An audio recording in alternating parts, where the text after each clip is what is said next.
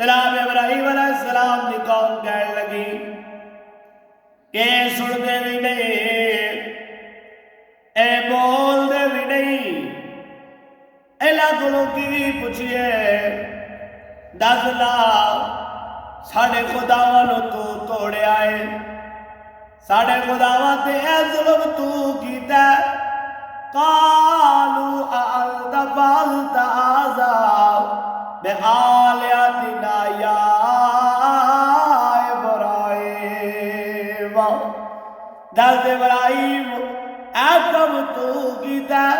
فرمایا ایلا کولو پوچھو، ایدے کولو پوچھو جڑا وڈا اپنے موڑے تے کلاڑا رکھ کے کھڑا ہو لگیا ہے، بول دے بھی نہیں سن دے بھی نہیں۔